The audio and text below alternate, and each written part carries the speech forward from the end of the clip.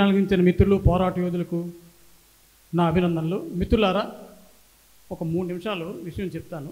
ఈ పోరాటంలో భాగస్వామ్యం నేను ఉన్నాను. కారంచేడు 2 సార్లు వెళ్ళాను. అలాగే చెంచురామయ్య మరణం తర్వాత కూడా వెళ్ళాను. ఈ కారంచేడు గురించి ఒక అనాలిసిస్ ఏంటంటే, ఇది కుల అణిచివేత, కుల పీడన, కుల దురహంకారం మాత్రమే కాదు. ఇది ఒక వర్గ సమాజం, వర్గ పోరాటంలో భాగంగా జరిగింది. 18,000 ఎకరాల ఆయకట్టు భూస్వాముల చేతుల్లో ఉంది. ఉత్పత్తి సాధనాలు భూస్వాముల చేతుల్లో ఉన్నాయి. మొత్తం కారంచేడే కాదు, చుట్టుపక్కల స్వర్ణ, పరుచూరు అన్ని ప్రాంతాల్లో కూడా భూస్వాముల చేతుల్లో ఉంది. దళితుల చేతిలో సెంటు భూమి లేదు. సరిగదా పని చేస్తే కానీ పొట్ట నిండని పరిస్థితులు. ఆ పరిస్థితిలో ఇది కుల సమస్య మాత్రమే కాదు, కులవర్గ సమస్య. ఈ పోరాటం కులవర్గ సమస్యని జనం మీద, ఎజెండా మీదకి తీసుకొని వచ్చింది. దగ్గుపాటి చెంచురామయ్యని పీపుల్స్ వార్, అప్పుడు అంజయ్య సెక్రటరీ పీపుల్స్ వారికి, ఎందుకు చంపవలసి వచ్చింది, రెక్కిచే చంపాడని మాత్రమే అంటారు. కాదు, చాలా గ్రామాలు వాళ్ళు పర్యటించి ఇతని యొక్క నరమేధాన్ని విస్తరించడానికి ప్రయత్నించాడు దగ్గుపాటి చెంచురామయ్య. మీకు తెలుసో లేదో చాలా ప్రాంతాలకి.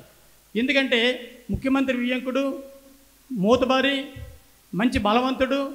ఆ పరిస్థితుల్లో మొత్తం అందరినీ రక్షించాలి, దళితుల మనుగడకి ఏ రకమైన చిన్న అపాయం కూడా రాకూడదు అనే అంశంతో పులేంజే ఆధ్వర్యంలో రాష్ట్ర కమిటీలో తీర్మానం చేసి చెంచురామయ్యని చంపిన తర్వాత ఆ పోరాటం యొక్క పటిమ కొనసాగుతున్న క్రమంలోనే కేసులు వీగిపోయాయి. సుప్రీంకోర్టులో తేల జడ్సన్ వేసిన కేసులు మాత్రమే ఒక అతనికి జీవిత ఖైదు, కొంతమందికి 3-4 ఏళ్ళ శిక్ష పడింది. హైకోర్టు సాక్ష్యాలు లేవని కొట్టాడు, బెనిఫిట్ ఆఫ్ డౌట్ కింద కేసు కొట్టేసింది. ఈ పరిస్థితుల్లో ఈ సంఘటన చాలా మార్పులు తీసుకొచ్చింది. ఆ సంఘటనలోనే దేశమంతా కూడా అనేక సంఘటనలు జరిగాయి. బీహార్లో రాజపుట్లు ప్రైవేట్ సైన్యాలు మెయింటైన్ చేశారు. మావోయిస్ట్ కమ్యూనిస్ట్ సెంటర్ వాళ్ళు దాన్ని గట్టిగా ఎదుర్కొన్నారు. దేశవ్యాప్తంగా వచ్చిన పరిణామాల్లో భాగంగానే 89లో SC/ST అత్యాచార నిరోధ చట్టం వచ్చింది.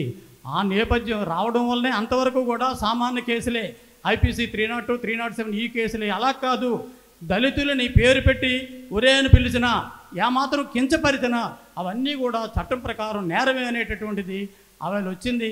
ఆ చట్టాన్ని తర్వాత కొట్టేయడానికి సుప్రీంకోర్టు ప్రయత్నించింది. ఇప్పటికీ రాజ్యాంగం 9వ షెడ్యూల్లో దాన్ని చేర్చలేదు మిత్రులారా. రాజ్యాంగం 9వ షెడ్యూల్లో చేరిస్తే మాత్రమే రక్షణ ఉంటుంది. అందుకు ఈ అంశాలన్నీ పరిగణలో అనేక ఘటనలు తర్వాత క్రమంలో బోర్డు జరిగాయి. అనేక విజయవాడలో కేసులు పెట్టారు, నా మీద విశాఖపట్నంలో కేసులు పెట్టారు. అవన్నీ సదా మామూలైనవే, అవేం పెద్ద సమస్యవి కాదు. కానీ ఇప్పటికి ముగింపు కాదు. దళితుల మీద దాడులు కానీ, అణచివేత కానీ, అత్యాచారాలు కానీ ముగింపు కాదు. ఇప్పటికున్న కేసులే 800 కేసులు, చిన్న పెద్ద కేసులు రాష్ట్రంలో ఉన్నాయి, ఉమ్మడి రాష్ట్రంలో. ఏ కేసుల్లో కూడా శిక్షలు పడలేదు. లక్ష్మీపేట ఇంకా అలాగే ఉంది. అన్ని ఫాస్ట్ ట్రాక్ కోర్టులు, పేర్లు మోసమే జరుగుతుంది.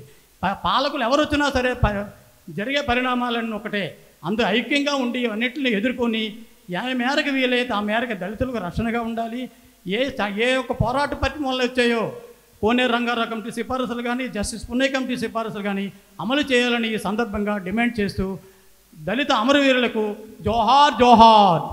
కారంచేడు దళిత, చుండూరు దళిత అమరవీరులకు జోహార్ జోహార్. నాకు ఈ అవకాశం ఇచ్చిన మిత్రులకు ధన్యవాదాలు.